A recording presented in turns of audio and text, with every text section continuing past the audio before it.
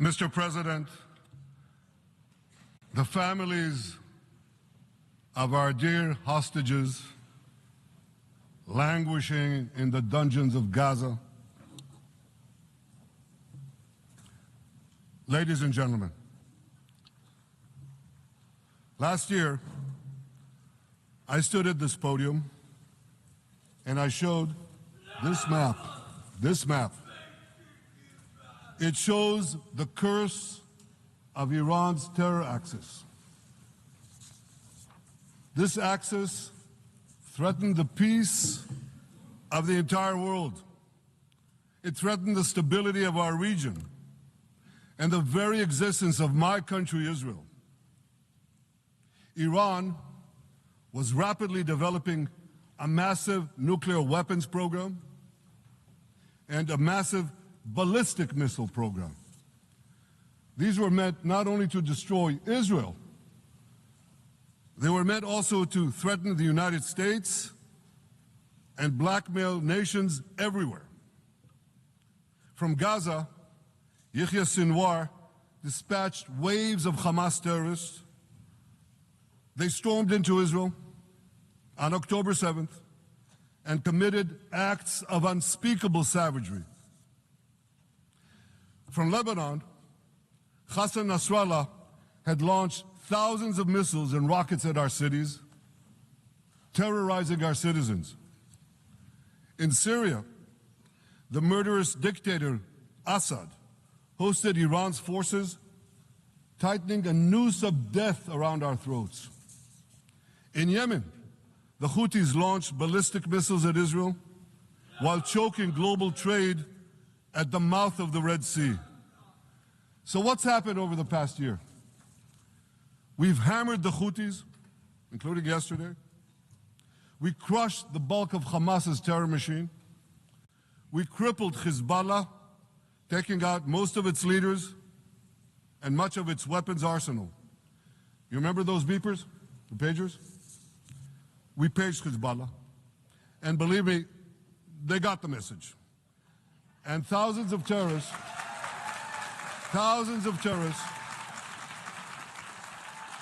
dropped to the ground. We destroyed Assad's armaments in Syria. We deterred Iran's Shiite militias in Iraq. And most importantly, and above anything else that I could say to you or that we did in this past year, in this past decade, we devastated Iran's atomic weapons and ballistic missiles programs.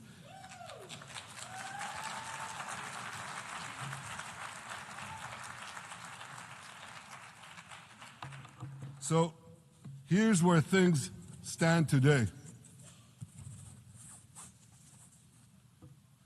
Half the Houthi leadership in Yemen, gone. Yahya Sinwar in Gaza, gone. Hassan Nasrallah in Lebanon, gone. The Assad regime in Syria, gone. Those militias in Iraq, well, they're still deterred. And their leaders, if they attack Israel, will also be gone. And for Iran's top military commanders and its top atomic bomb scientists, well, they're gone too.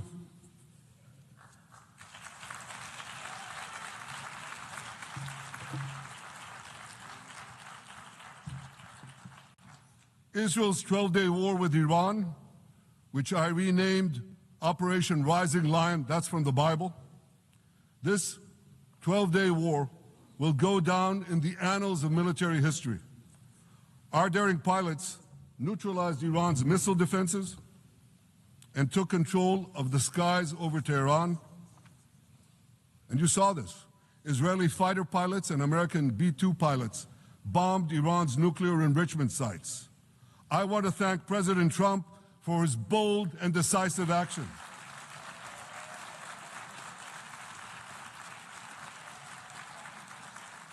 President Trump and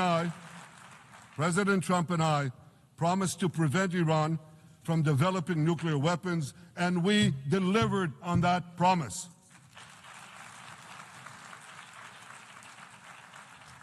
We removed an existential threat to Israel rather, and a mortal threat to the civilized world. We lifted a dark cloud that could have claimed millions and millions of lives. But, ladies and gentlemen, we must remain vigilant. We must remain absolutely clear-minded and vigilant. We must not allow Iran to rebuild its military nuclear capacities. Iran's stockpiles of enriched uranium, these stockpiles must be eliminated. And tomorrow, UN Security Council sanctions on Iran must be snapped back.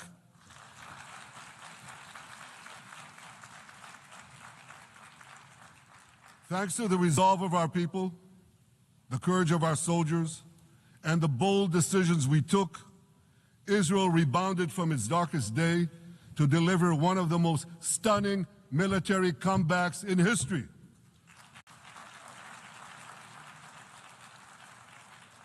But we're not done yet.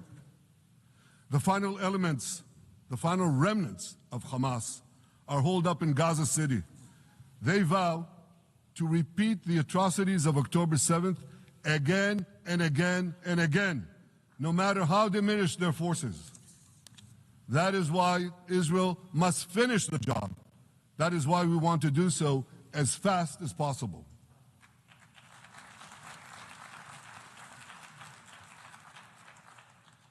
Ladies and gentlemen, much of the world no longer remembers October 7th. But we remember. Israel remembers October 7th. On that day, well, I'll tell you, you can remember October 7th too. You see this large pin here? It's a QR code. What I ask you to do is hold up your phones, zoom in, and you too will see why we fight and why we must win. It's all in here. On October 7th, Hamas carried out the worst attack on Jews since the Holocaust. They slaughtered 1,200 innocent people, including over 40 Americans and foreign nationals from dozens of countries represented here. They beheaded men. They raped women. They burnt babies alive. They burnt babies alive in front of their parents. What monsters. And these monsters took more than 250 people hostage. And those included Holocaust survivors, grandmothers and their grandchildren. Who takes hostage grandmothers and grandchildren? Hamas does.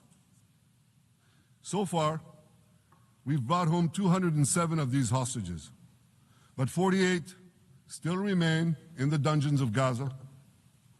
20 of them are alive, starved, tortured, deprived of any daylight, deprived of humanity. These are the names of the 20 living hostages.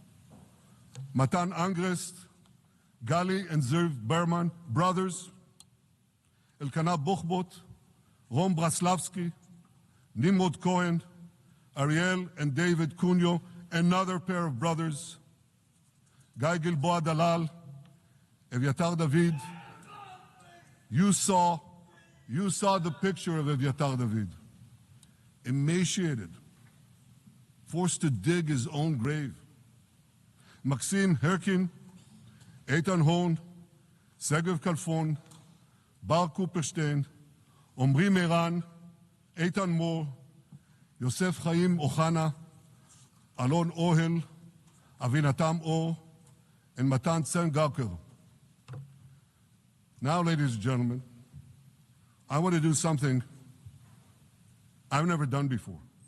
I want to speak from this forum directly to those hostages through loudspeakers.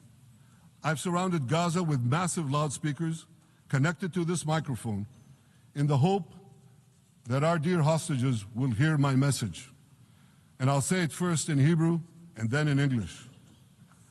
Achenu hagiburim, מדבר ראש הממשלה בנימין נתניהו. אני פונה עליכם מעל בימת האו"ם. לא שכחנו אתכם, אפילו לא לשנייה. העם כולו איתכם, ואנחנו לא נשקוט ולא נרפה עד שנחזיר את כולכם הביתה, החיים והחללים כאחד.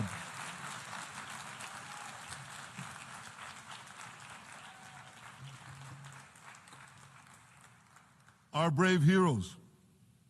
This is Prime Minister Netanyahu speaking to you live from the United Nations. We have not forgotten you, not even for a second. The people of Israel are with you. We will not falter and we will not rest until we bring all of you home.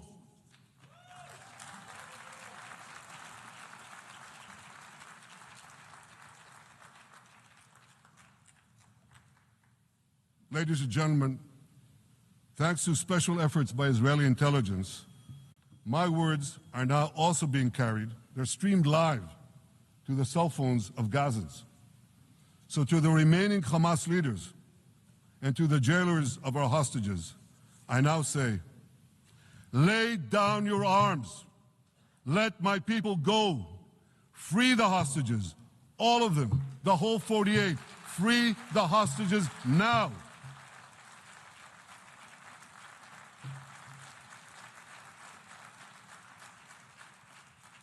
If you do, you will live. If you don't, Israel will hunt you down. Ladies and gentlemen,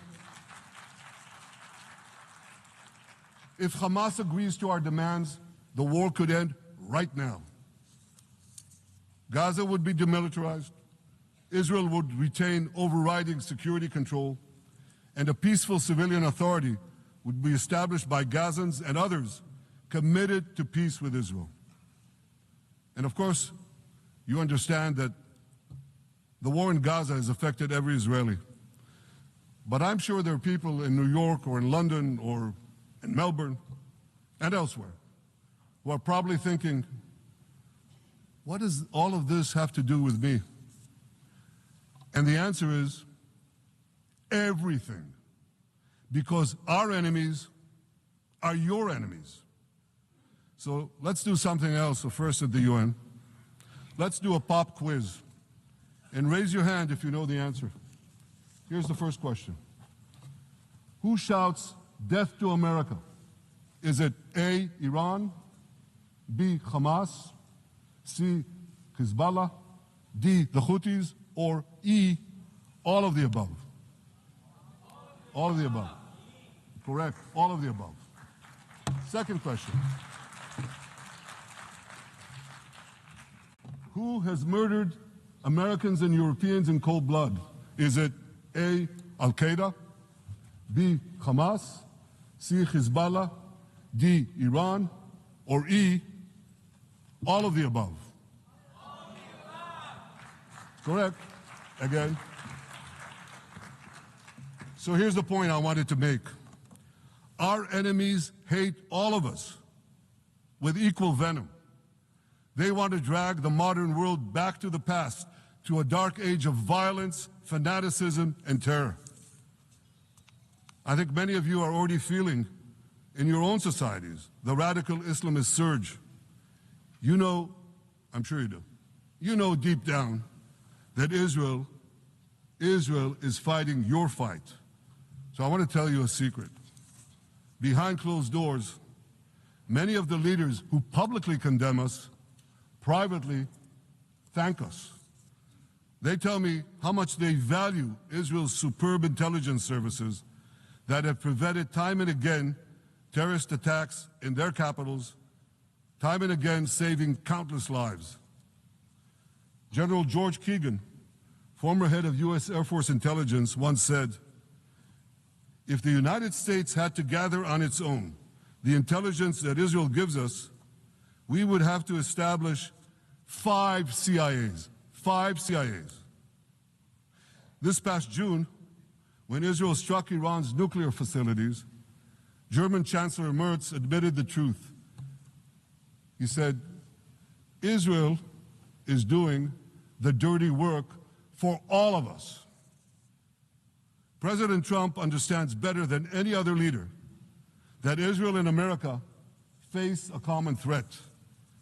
He showed the world that when Iran and its proxies murder Americans, take Americans hostage, shout death to America, burn American flags, and try to assassinate the President of the United States, not once, but twice.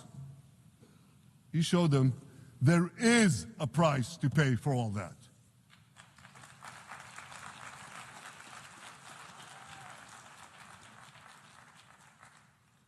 But regrettably, many leaders who are represented in this hall, they send a very different message. Sure, in the days immediately following October 7th, many of them supported Israel. But that support quickly evaporated when Israel did what any self-respecting nation would do in the wake of such a savage attack. We fought back. Now just imagine, just sit back for a second and imagine an attack against America proportioned to the attack against Israel on October 7th. Imagine a regime, a terror regime, dispatching thousands of terrorists to invade the United States. They massacre 40,000 Americans. They take 10,000 Americans hostage. What do you think America would do? You think America would leave that regime standing? You don't think that. No way, not a chance. The United States would wipe out that terror regime and ensure that such savagery would never threaten America again. This is precisely what Israel is doing in Gaza. We're wiping out the terror regime of Hamas and ensuring that this savagery will never threaten Israel again. That's what we are doing. That's what any self-respecting government would do.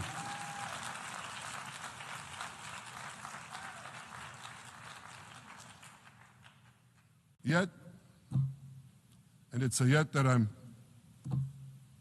sorry to say here, yet over time, many world leaders buckled.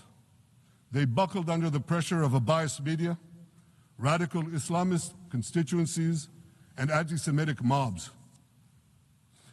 There's a familiar saying, when the going gets tough, the tough get going. Well, for many countries here, when the going got tough, you caved. And here's the shameful result of that collapse. For much of the past 2 years, Israel has had to fight a 7-front war against barbarism with many of your nations opposing us. Astoundingly, as we fight the terrorists who murdered many of your citizens, you are fighting us. You condemn us, you embargo us, and you wage political and legal warfare, it's called lawfare, against us. I say to the representatives of those nations, this is not an indictment of Israel. It's an indictment of you. It's an indictment of weak-kneed leaders who appease evil rather than support a nation whose brave soldiers guard you from the barbarians at the gate. They're already penetrating your gates. When will you learn? You can't appease your way out of jihad, and you won't escape the Islamist storm by sacrificing Israel. To overcome that storm, you have to stand with Israel. But that's not what you're doing. As the prophets of Israel foretold in the Bible, you've turned good into evil and evil into good. Now I want to drill down on this. Take the false charge of genocide. Israel is accused of deliberately targeting civilians. Ladies and gentlemen, the opposite is true. The head of urban warfare studies, Colonel John Spencer, he's perhaps the world's greatest expert on urban warfare. And he says, Israel is applying more measures to minimize civilian casualties than any military in history. And because we're doing that, the ratio of non-combatant to combatant casualties is less than 2 to 1 in Gaza. That's an astoundingly low ratio, lower than NATO's wars in Afghanistan and Iraq, especially when you consider that Gaza is one of the most densely populated urban areas on Earth. It has hundreds of miles of terror tunnels underground, and it has countless terror towers above ground, and thousands of terrorists embedded in the tunnels and in these towers in civilian areas. If you want to see what measures Israel takes to avoid civilian casualties in this war, just look at what we're doing now in Gaza City, the last Hamas stronghold, one of the two last strongholds. For 3 weeks, Israel dropped millions of leaflets, sent millions of text messages, and made countless phone calls urging civilians to leave Gaza City before our military moves in. At the same time, Hamas implants itself in mosques, schools, hospitals, apartment buildings, and tries to force those civilians not to leave, to stay in harm's way. And it often threatens them at gunpoint if they try to do so. For Israel, every civilian casualty is a tragedy. For Hamas, it's a strategy. Hamas uses civilians as human shields and as props in its sick propaganda war in Israel, against Israel, a propaganda war that the Western media buys hook, line, and sinker. Now, despite Hamas's threats, close to 700,000 Gazans, almost 750,000, have already heeded our calls and moved to safe zones. Now I want to ask you a simple question, a simple, logical question. Would a country committing genocide plead with the civilian population it is supposedly targeting to get out of harm's way? Would we tell them, get out, if we want to commit genocide? We're trying to get them out. And Hamas is trying to keep them in. And this charge is so baseless.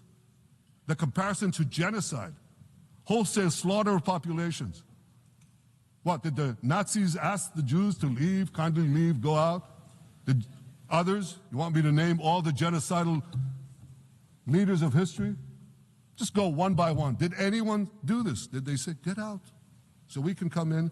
Of course not. So the truth has been turned on its head. Hamas, a genocidal terrorist organization whose charter calls for the murder of all Jews on the planet. This genocidal organization is given a pass. It's barely mentioned.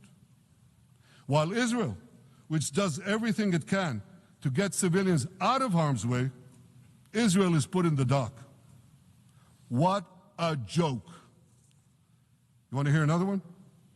Israel is accused of deliberately starving the people of Gaza when Israel is deliberately feeding the people of Gaza. Since the beginning of the war, Israel has let into Gaza more than 2 million tons of food and aid. That's 1 ton of aid for every man, woman, and child in Gaza. Nearly 3,000 calories per person per day. Some starvation policy. If there are Gazans who don't have enough food, it's because Hamas is stealing it. Hamas steals it, hoards it, and sells it at exorbitant prices to fight its war machine. Last month, even the UN, not exactly a supporter of Israel. You're supposed to laugh, by the way. Last month, even the UN admitted that Hamas and other armed groups looted 85% of the trucks. That's why you have deprivation. Those who peddled the blood libels of genocide and starvation against Israel are no better than those who peddled blood libels against the Jews in the Middle Ages when they falsely accused us of poisoning wells, spreading plague, and using the blood of children to bake Passover matzahs.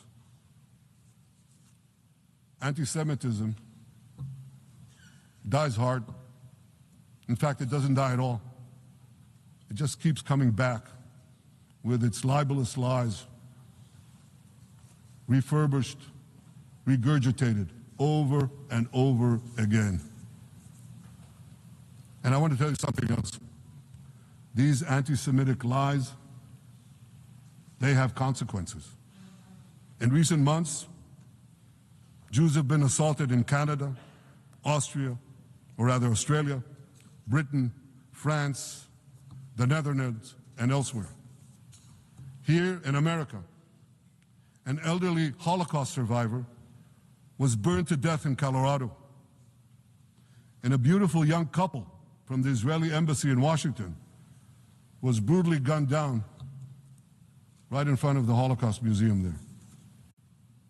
Thankfully, President Trump's administration is forcefully fighting the scourge of anti-Semitism, and every government here should follow its lead.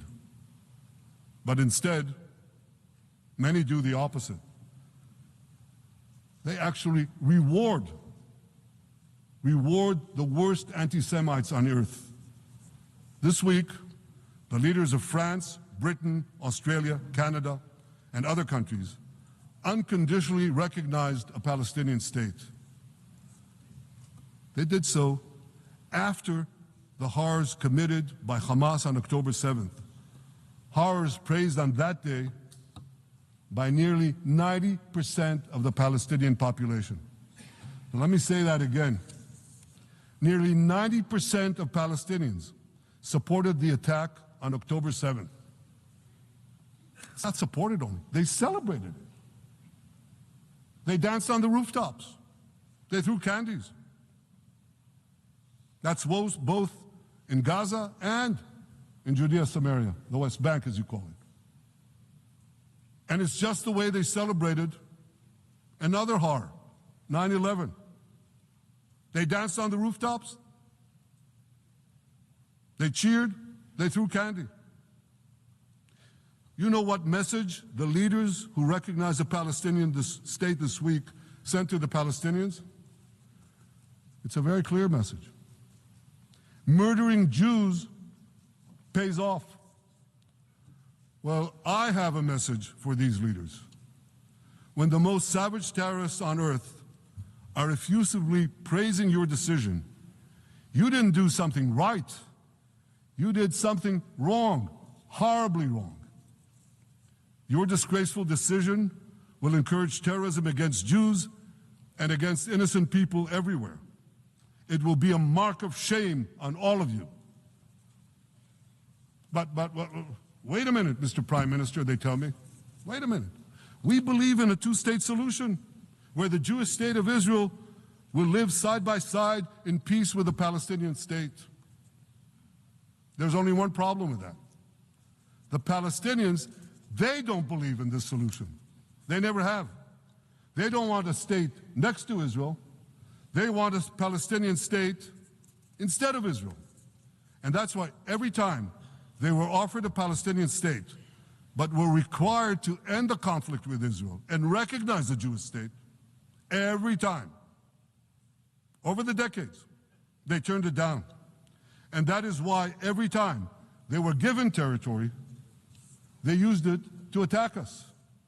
In fact, they effectively had a Palestinian state in Gaza. So what did they do with that state? Peace? Coexistence? No. They attacked us time and time again. Totally unprovoked. They fired rockets into our cities. They murdered our children. They turned Gaza into a terror base from which they committed the October 7th massacre. So here's the uncomfortable truth. The persistent Palestinian rejection of a Jewish state in any boundary is what has driven this conflict for over a century. It is still driving it. It's not the absence of a Palestinian state. It's the presence and existence of a Jewish state. And I find it amazing, that the foreign chancelleries and the ministries and all those who pontificate about this, and the leaders, how can they not see this basic truth when it is repeated again and again and again ad nauseum? And I want to say something else. This rejection of a Jewish state not only applies to Hamas, it also applies to the so-called moderate Palestinian Authority. You should know that the Palestinian authorities pays terrorists to slay Jews. The more Jews the terrorists slay, the more the Palestinian Authority pays. The Palestinian Authority names its government buildings its public squares, its schools, after the mass murderers of Jews, which they glorify as martyrs. They pay and glorify not just the killer of Jews, but also killers of Christians. Christians like Taylor Force, an American veteran who was brutally murdered in Israel by Palestinian terrorists. But, again, that I hear from the Western leaders. They tell me, the PA promised us it will reform. And I know this time, Prime Minister, it will be different. Yeah, right. We've heard these promises for decades. They always promise. They never deliver. Because you see, the Palestinian Authority is corrupt to the core. They haven't held elections in 20 years. They use the same textbooks as Hamas, exactly the same textbooks. They teach their children to hate Jews and destroy the Jewish state. And Christians don't fare much better. When Bethlehem, the birthplace of Jesus, was under Israeli control, 80% of its residents were Christians. But since the PA took control, that number has dwindled to under 20%. These are the people you want to give a state to? What you're doing is giving the ultimate reward to intolerant fanatics who perpetrated and supported the October 7th massacre. Giving the Palestinians a state 1 mile from Jerusalem after October 7th is like giving Al-Qaeda a state 1 mile from New York City after September 11th. This is sheer madness. It's insane, and we won't do it.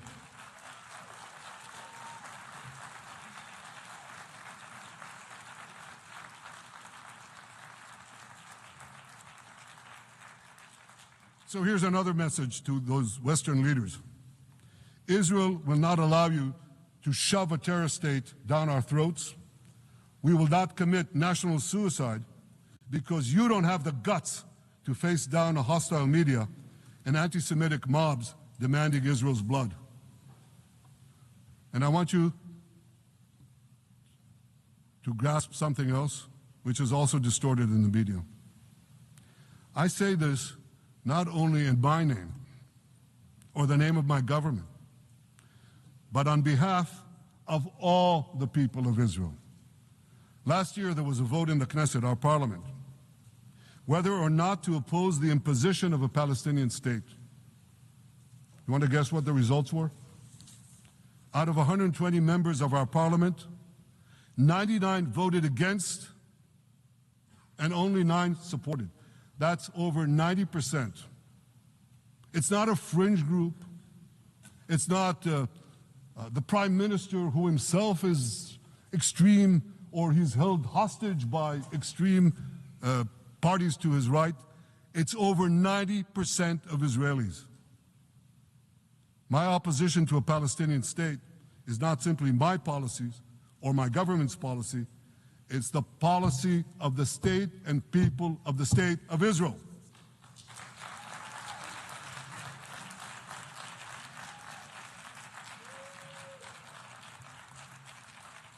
Western leaders may have buckled under the pressure. And I guarantee you one thing, Israel won't. Israel's victories over the Iranian... Thank you, I know you won't too, that's good.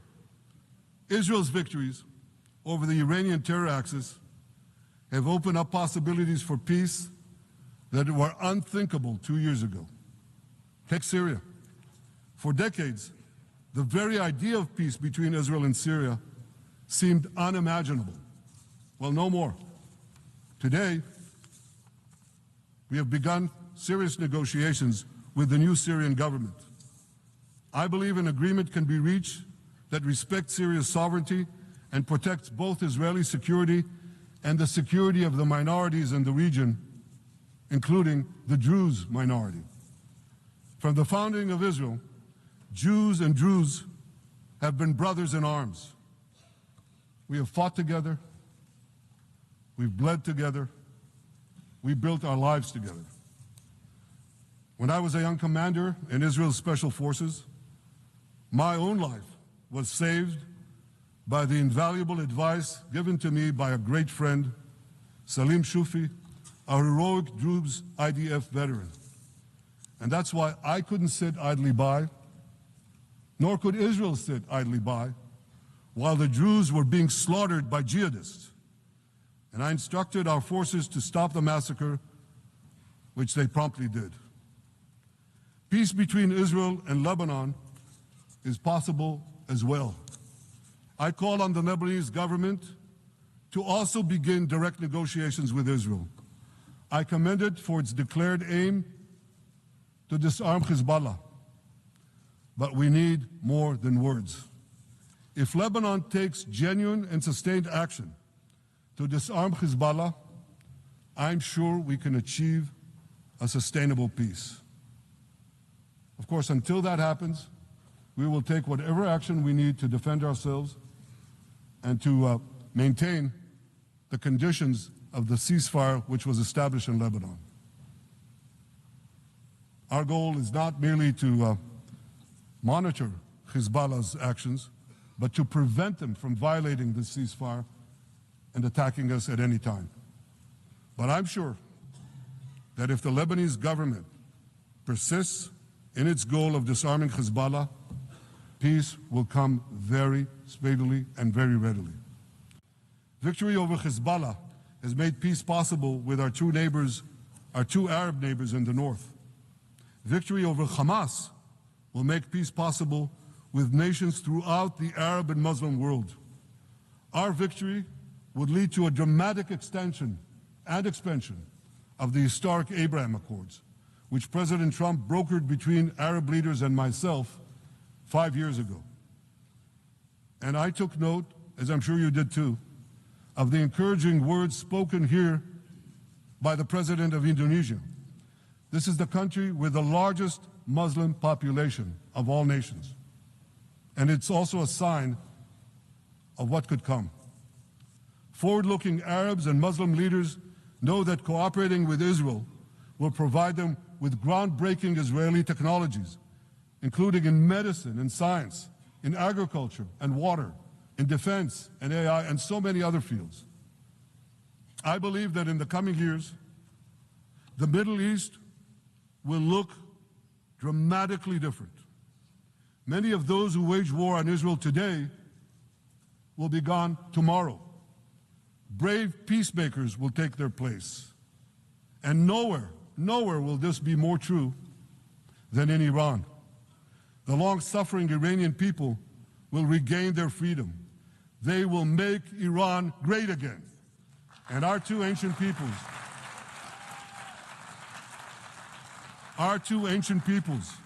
the people of Israel and the people of Iran, will restore a friendship that will benefit the entire world. Ladies and gentlemen,